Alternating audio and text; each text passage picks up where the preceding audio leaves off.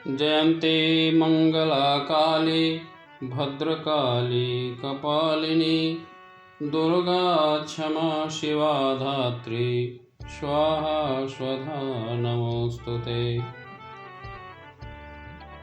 दुर्गा सप्तशती का तीसरा अध्याय। सेनापतियों सहित महिषासुर का वध। जगदम्बा के श्रीअंगों की कांति उदय काल के सहस्रों सूर्यों के समान है।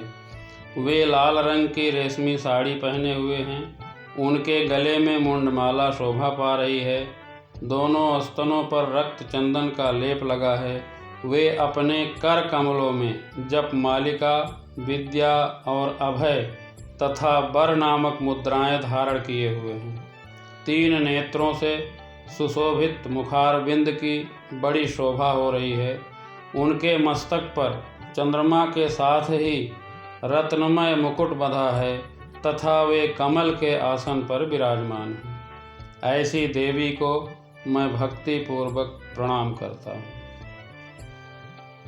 ऋषि कहते हैं, दैत्यों की सेना को इस प्रकार तहस नहस होते देख महादैत्य सेनापति चिक्षुर क्रोध में भरकर अंबिका देवी से युद्ध करने के लिए आगे बढ़ा। वह असुर रणभूमि में देवी के ऊपर इस प्रकार बाणों की वर्षा करने लगा जैसे बादल मेरुगिरी के शिखर पर पानी की धार बरसा रहा हो।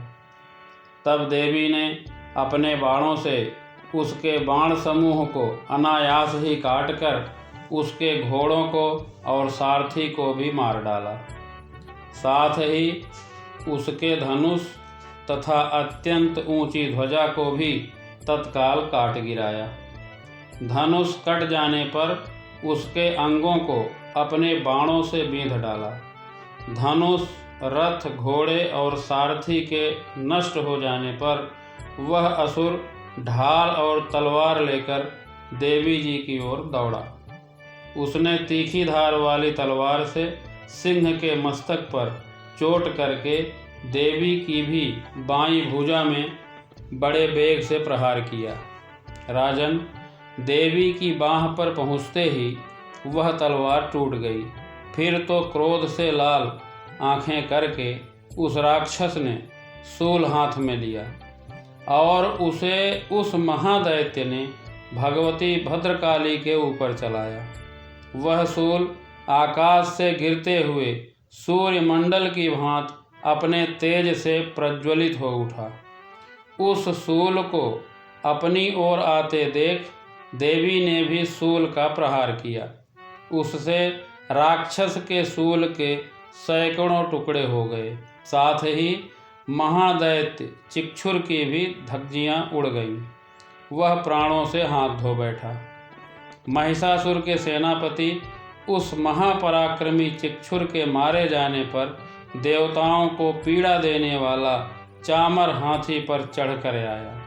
उसने भी देवी के ऊपर शक्ति का प्रहार किया, किंतु जगदम्बा ने उसे अपने हुंकार से ही आहत एवं निष्प्रभ करके तत्काल पृथ्वी पर गिरा दिया।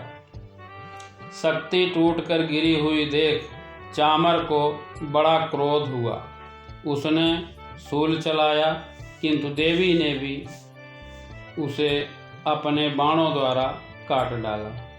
इतने में ही देवी का सिंह उछलकर हाथी के मस्तक पर चढ़ बैठा और उस दैत्य के साथ खूब जोर लगाकर बाहुयुद्ध करने लगा।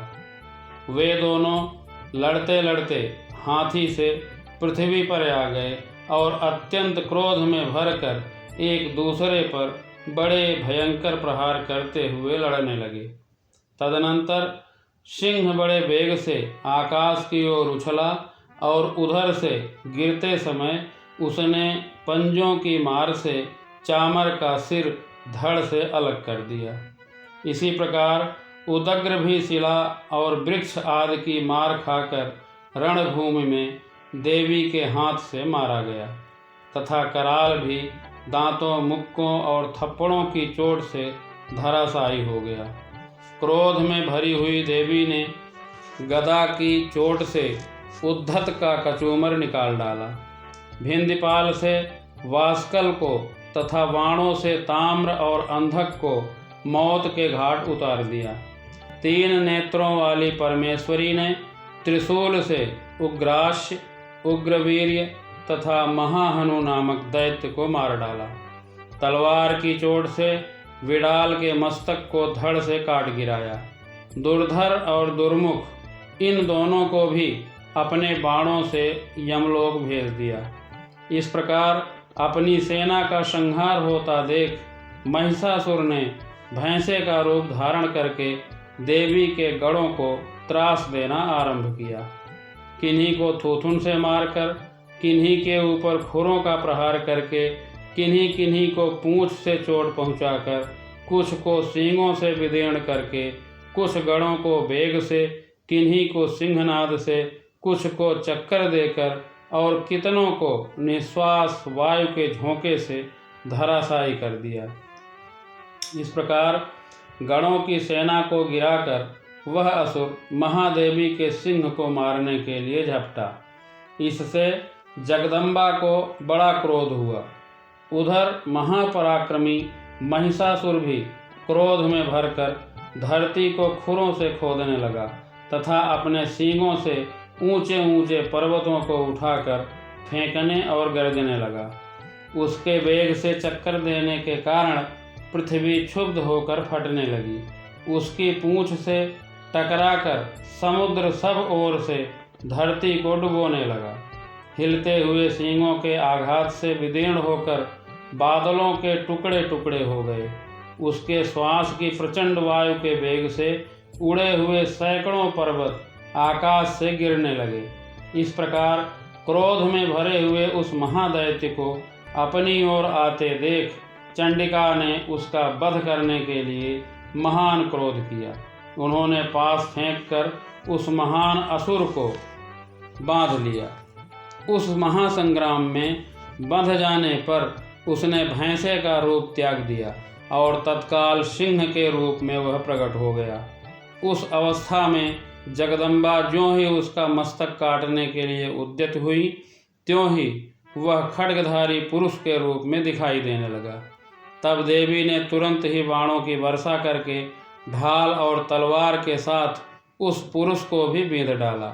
इतने में ही वह महान गजराज के रूप में परिणत हो गया तथा अपनी सूंड से देवी के विशाल सिंह को खींचने और गर्जने लगा। खींचते समय देवी ने तलवार से उसकी सूंड काट डाली। तब उस महादैत्य ने पुनः भैंसे का शरीर धारण कर लिया और पहले की ही भांति चराचर प्राणियों सहित तीनों लोकों को व्याकुल करने लगा। तब क्रोध में भरी हुई जगन्माता चंडिका बारंबार उत्तम मधु का पान करने और लाल आंखें करके हंसने लगी।